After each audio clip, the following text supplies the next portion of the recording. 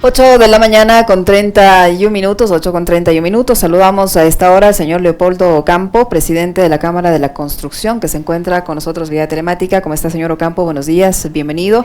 Le acompañamos a Alexis Moncayo, quien le habla, Licenia Espinel. ¿Qué expectativa tiene la Cámara de Comercio, la Cámara de la Construcción, perdón, una vez que ya ha sido designado un nuevo ministro de Economía y Finanzas y que ha dicho que va a tener la tarea de ordenar las finanzas públicas con sentido social? Entenderíamos que allí se podría hacer una mayor inversión en diferentes aspectos y la construcción podría ser uno de ellos. ¿Qué expectativas tienen ustedes del nuevo secretario de Finanzas? Buenos días, bienvenido.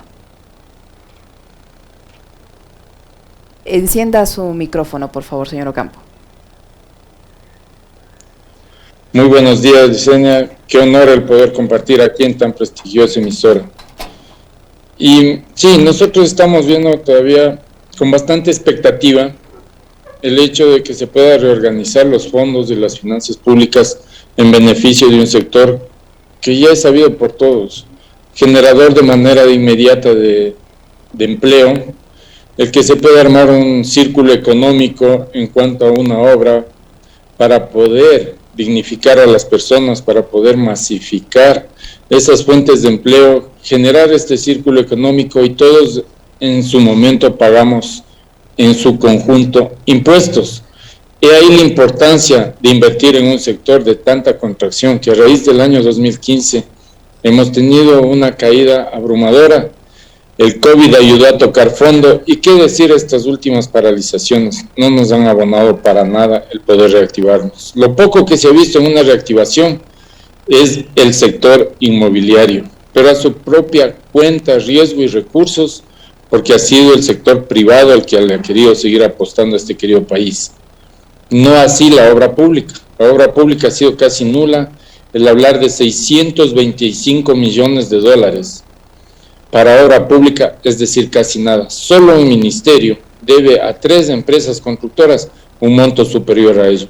Por eso es imprescindible que el nuevo ministro de Finanzas rehaga la distribución de fondos, porque tiene que reactivar la obra pública, tiene que promocionarse, que tenemos la urgencia de la gente, es dignificarla por medio de un empleo, de un salario digno, lleve un pan a su mesa, y no necesariamente convertirnos en pedidores de caridad por medio de bonos. ¿Cómo está, señor Ocampo? Buenos días, ¿cómo le va? Qué gusto saludarle. A ver, en el gobierno anterior se habló de un proyecto que tenía como objetivo construir 325,000 viviendas. ¿Algo se concretó de eso? ¿Cómo, digamos, siguió con ese proyecto el gobierno actual? Fíjese que hoy el nuevo ministro de Transporte y Obras Públicas, el señor Herrera, fue el ministro de Desarrollo Urbano y Vivienda durante el primer año de gestión de Guillermo Lasso. ¿Cómo han trabajado ellos en la continuidad de estos proyectos maravillosos que tenía Lenín Moreno, el de la construcción de 325,000 viviendas? El problema es que nunca fueron propuestos proyectos de Estado, fueron proyectos políticas del político de turno, es decir, políticas, para hablar con propiedad con la terminología, políticas de Estado, no la fueron. Fueron ofrecimientos de campaña. Los 320,000 unidades de vivienda ofrecidas por Lenín Moreno no llegaron a concretarse ni el 5%. Nosotros solicitamos al ministro, que ha tenido siempre mucha apertura, pero pedíamos que nos dé realidades también al ministro Herrera, que ahora está de ministro de Obras Públicas, que en la sensación de la comunidad se fraguó algo de una información de cerca de 450,000 soluciones habitacionales. Quiero hablar con propiedad de los términos. Cuando nosotros le dijimos que nos indique si son 450,000 unidades de vivienda, ya que anteriormente nos ofrecieron 320,000, no hicieron ni el 5%. Entonces nos aclaró que no, que se iban a llamar como soluciones habitacionales al conjunto de reparar su vivienda, ayudar a terminar trámites que están engorrosos, y realmente como unidades de vivienda oscilaban entre 80 y 100,000. Es decir, ese es el ofrecimiento real del gobierno actual, según el ministro anterior, para soluciones de este déficit, que es real, que lo existe en el país, pero el problema mayor es que también no motivamos una demanda. ¿cómo les pido yo a ustedes que se endeuden en una vivienda para cualquiera sea el tiempo, 5, 10, 15, 20, 25 años? Si usted tiene la sensación de su inestabilidad laboral y no sabe si va a poder o no pagar su vivienda en los próximos meses, y mejor lo que hace ir a tratar de comprar un problema familiar. Y les recuerdo a ustedes que para el 80% de ecuatorianos su prioridad es tener vivienda propia. Entonces tenemos que tomarle con la seriedad que el caso lo amerita. Así es. Señor Ocampo, ustedes han tratado de reunirse antes de que se produzcan los cambios en el gabinete del ministro de Obras Públicas, los gobiernos autónomos descentralizados, el propio presidente de la República, para que tengan clara cuál es la política de inversión hacia el sector de la construcción, si es que esa política de inversión existe, y a cuánto asciende el presupuesto destinado para este tipo de inversión. No, desgraciadamente no, porque como es sabido por todos, pues antes de estos cambios estuvimos en una paralización total de 18 días que en nada abonó para el... Pero el gobierno tiene un año, el gobierno tiene ya un año en gestión. ¿En algún momento no les pudieron recibir, no pudieron conversar? No, hemos solicitado de manera inmediata, porque yo creo que no es cuestión de decir qué va a hacer. Hay que ayudarle al gobierno a ver desde las diferentes industrias y aristas productivas del Ecuador. Mejor decirle qué creemos que se debe hacer desde cada campo de su especialidad para poder ayudar a que se ponga un norte real para una reactivación efectiva del país. Entonces, hoy lo que hemos pedido, vamos a reunirnos en las próximas horas con la ministra Aguilera en cuestión de vivienda. He solicitado ya una reunión inmediata con Darío Herrera, ministro de Obras Públicas, y están ya por ponerme en agenda, porque he solicitado hace más de un mes al mismísimo señor presidente de la República. Pero es para darle las consideraciones de cómo vemos nosotros que, visto desde la parte técnica, no política, como si es factible redireccionar los fondos para poder reactivar realmente al país. Necesitamos de esa reactivación. ¿Y por qué en la industria de la construcción? Porque si bien es cierto, todas muy importantes, pero el sector de la construcción es la que reactiva de manera inmediata, y eso es sabido que en el mundo un parámetro de reactivación de un país, la medida es la reactivación del sector de la construcción. Y hoy que hayamos caído en el PIB de aportantes de otrora del 10%, y con todo este encadenamiento económico hemos sabido llegar al 15, al 20%, hoy estamos bordeando el 6%. Entonces realmente se toca redireccionar para poder nuevamente reactivarnos como país. No queda de otra, pero hoy no vamos a esperar a que nos digan qué van a hacer. Estamos con planteamientos claros de decir qué creemos que es lo que se debe hacer en base a un análisis técnico. ¿Y cuál es esa propuesta, señor Ocampo? ¿Cuál es la propuesta con la que ustedes van a acercarse a las autoridades? ¿Qué es lo que creen que se debe hacer? Primero, el gobierno ya nos ha demostrado que ha estabilizado el país, teniendo un colchón en recursos financieros, ¿no es cierto?, que es lo que requieren incluso los multilaterales, los organismos internacionales, de acuerdo. Pero ahora también necesitamos que parte de esos recursos se reinvierta y empiece a generarse obra pública. Estamos hablando que ya estamos pasando algunos años de los cuales la obra pública está oscilando a casi cero. Y ese es el desastre de las vías. Es el desastre que se necesita agua potable, alcantarillado, y tal vez una justa queja de nuestros hermanos indígenas de la atención a sus comunidades. La forma de reclamar es la que no fue la propicia, porque se degeneró en excesos. Pero tal vez en el fondo de sus reclamos sí tienen razón. Entonces, redireccionar los fondos para poder apoyar a la obra pública es lo primero que se tiene que hacer. El que se tenga que abrir las puertas de par en par a la inversión, por supuesto. Hay inversionistas ecuatorianos, la inversión extranjera, porque somos un paraíso todavía de país y la gente está predispuesta a invertir en el país, pero tenemos que darle la viabilidad.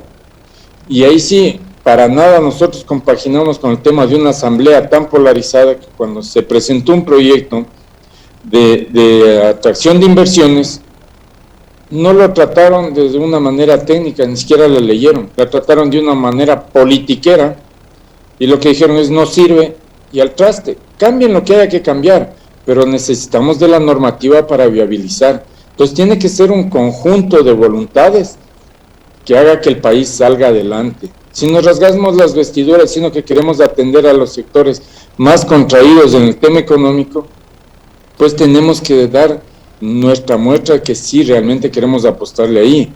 La contraparte tiene que darle los GATS. Tenemos que tratar el tema de la tramitología, una tramitología tan engorrosa. No puede ser que usted, a cuenta y riesgo que tiene un poco de recursos y su endeudamiento propio y quiere emprender, para el ejemplo, un proyecto inmobiliario y se demora 6, 8 meses, 1 año por una tramitología absurda. Es decir, muchas veces se demora más haciendo papeles que realmente construyendo la obra. Entonces, son consideraciones reales que nos permitan y nos den apertura incluso a los técnicos, que tenemos ya la viabilidad. O sea, ahí el municipio debería convertirse en un facilitador, los municipios de todo el país en general, en facilitadores, para que se den, digamos, se dé marcha fácil a este tipo de proyectos inmobiliarios. En un facilitador, y hoy lo que se convierte en es un entorpecedor, porque realmente lo que la tramitología, usted va a una oficina y para pasar a otra oficina, llámese catastros, y luego para llevar al registrador de la propiedad se demora una eternidad de tiempo, y luego enviar a la notaría otra eternidad de tiempo. Ahora el tema digital nos permite, fíjese usted, estar tan cerca como con ustedes, estemos desde donde estemos. ¿Por qué no podemos trasladar esa misma tecnología a temas de trámites? Que todo sea digital, que usted tome una foto de su cédula y le envíe a la persona que tenga que aprobarle, pero no que no le gustó la copia de la cédula, está borrosa, vaya, regrese después de una semana y nos seguimos embebiendo en una tramitología. Señor Ocampo, en el caso específico de Quito, para poder un constructor plasmar un proyecto inmobiliario, ¿cuánto tiempo le toma solo en poder concretar y poder completar toda la tramitología? Digamos, como usted decía, ¿no?, hace un momento, el tema de los permisos, autorizaciones, catastros, etcétera. Mínimo de 4 a 6 meses. Entonces nos parece ilógico que tengamos que demorarnos tanto, porque la inversión suya no puede esperar tanto. Estamos hablando de recursos y tenemos que cuidarlos, que es lo que menos tenemos.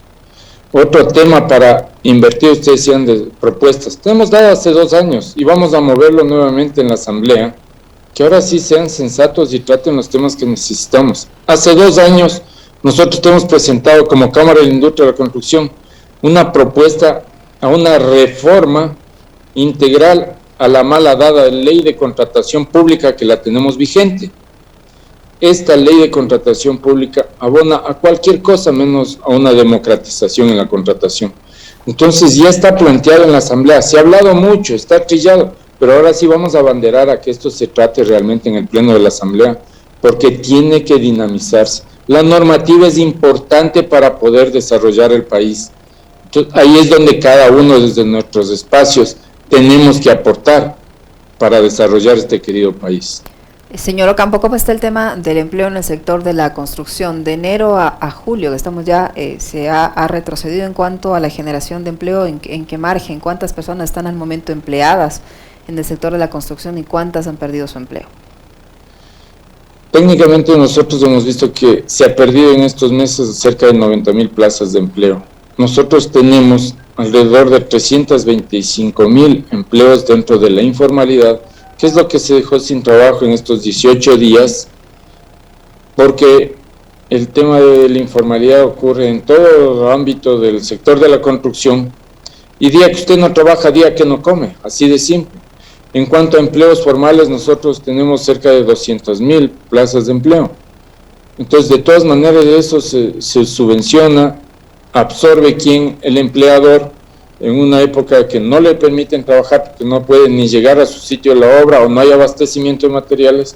Entonces, realmente el haber perdido a nivel de industria en el país cerca de 1.300 millones de dólares. Entonces, creo que es una cifra que hay que considerarlo, porque cuánta obra no hubiésemos hecho con esa pérdida abismal que se degeneró en estos 18 días. Entonces, eso va concomitantemente a las pérdidas de empleo. Tenemos que nuevamente volver. ¿Y quién va a asumir esos costos, no?, de estas pérdidas? Y más todavía, no son solo esas pérdidas, los daños que generaron en las ciudades el tema de este levantamiento de 18 días.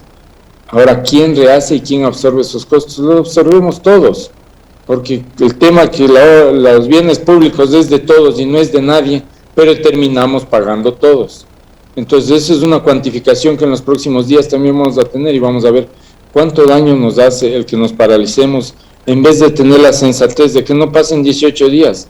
Al primero o al segundo día podían haberse sentado a llegar a los mismos acuerdos, a los mismos entendimientos y poder dar lo que el país necesita, dar trabajo. Lo que necesitamos es mover una economía, no necesitamos paralizarnos por el momento. Señor Ocampo, hace algunos años atrás mucho se cuestionó la aplicación, la implementación de la denominada ley de plusvalía. Finalmente, durante el gobierno de Moreno se echó abajo esa normativa, se derogó ese proyecto de ley.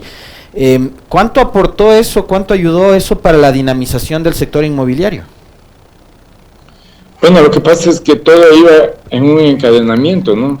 Porque derogar una ley de plusvalía, pero era el tema de desarrollar también al sector inmobiliario. ¿Y eso no pasó? Se hizo lo uno, pero no lo otro. Estamos dando el ejemplo. Empezando por el gobierno, se ofreció 320,000 viviendas, no se llegó ni al 5%. No quisiera pensar que vaya a repetirse en este gobierno lo mismo, ¿no? Un ofrecimiento tal y que no se llegue sino a un margen mínimo.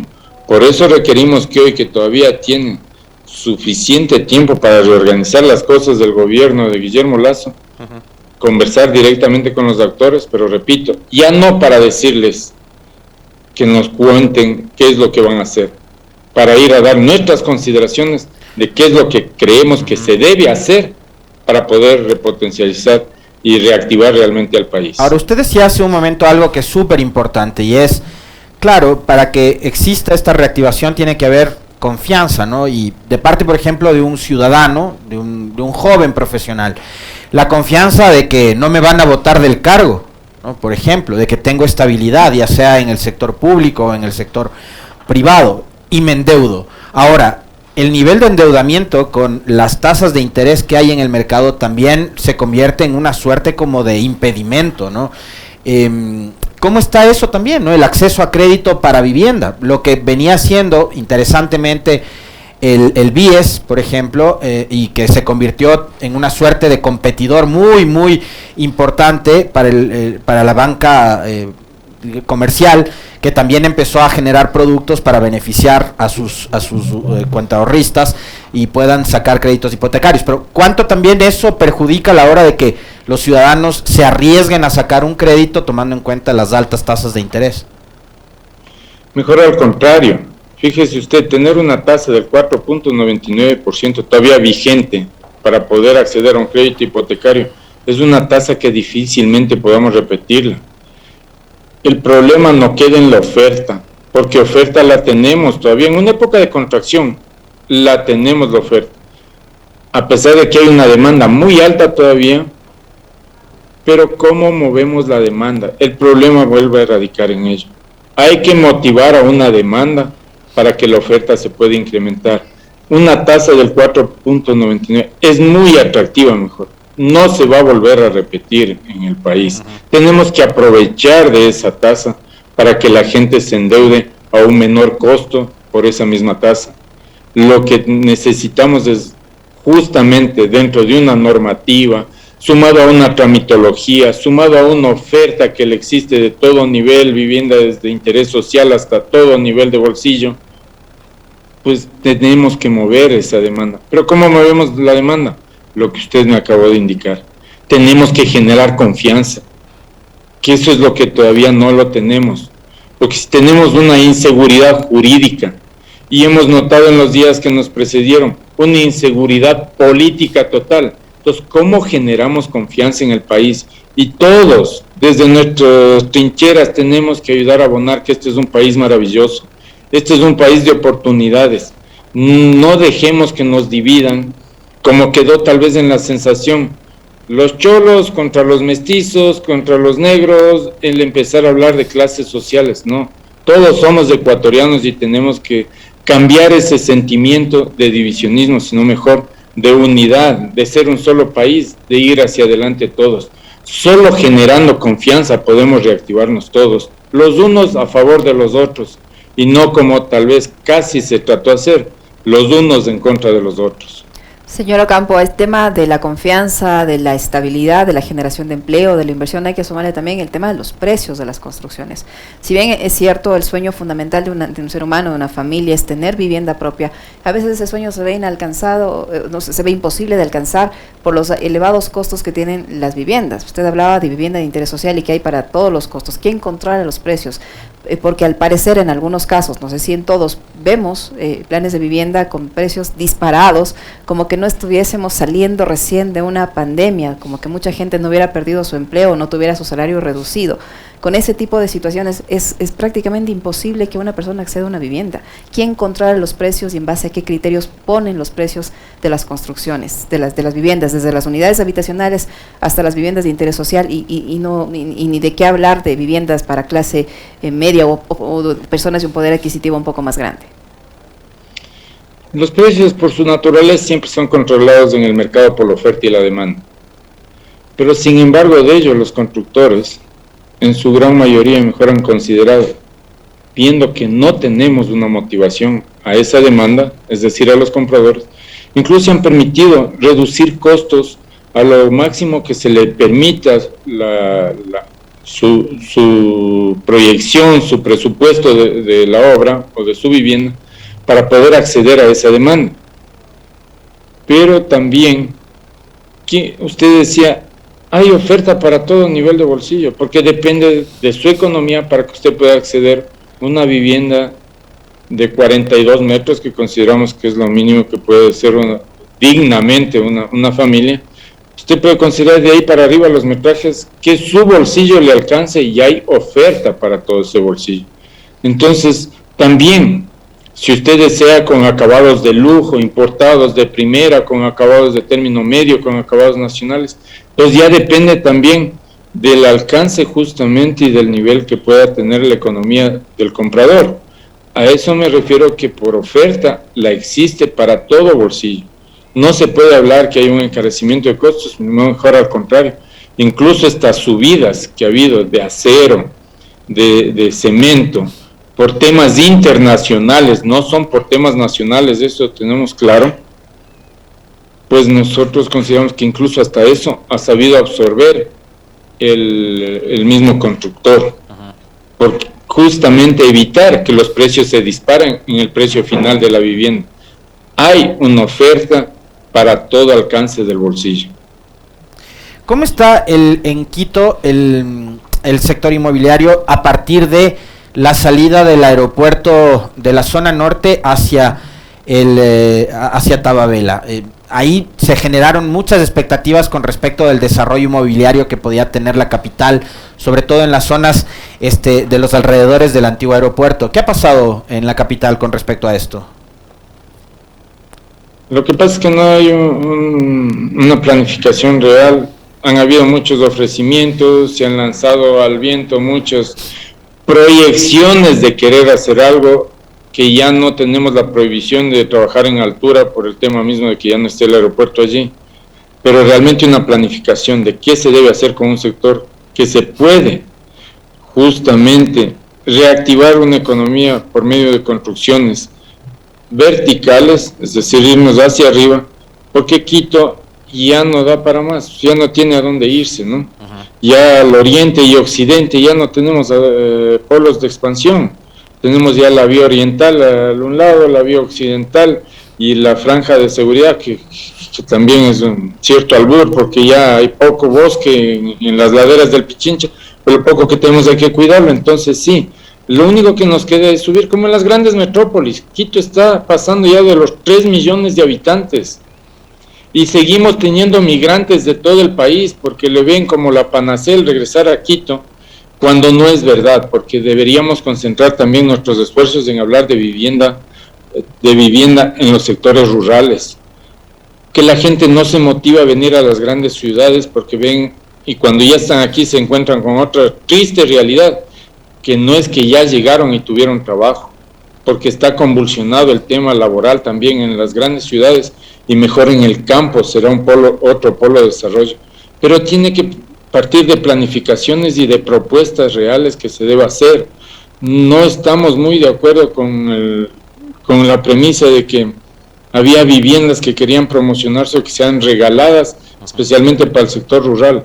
Nunca lo regalado será bienvenido, será valorado, nunca.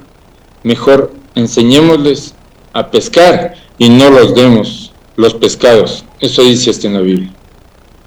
Muy amable, señor Ocampo, muchísimas gracias por habernos contado la realidad por la que está atravesando el sector de la construcción y esperamos que se concrete la reunión que ustedes han solicitado con las autoridades. Muy amable, muchísimas gracias. Muy gentil, un buen día. Un honor para mí estar aquí y sigan adelante, un éxito en una radio tan escuchada. Sí, muy amables a ustedes. Un buen día a todos. Lo propio, muchísimas gracias. Leopoldo Ocampo, presidente de la Cámara de la Construcción.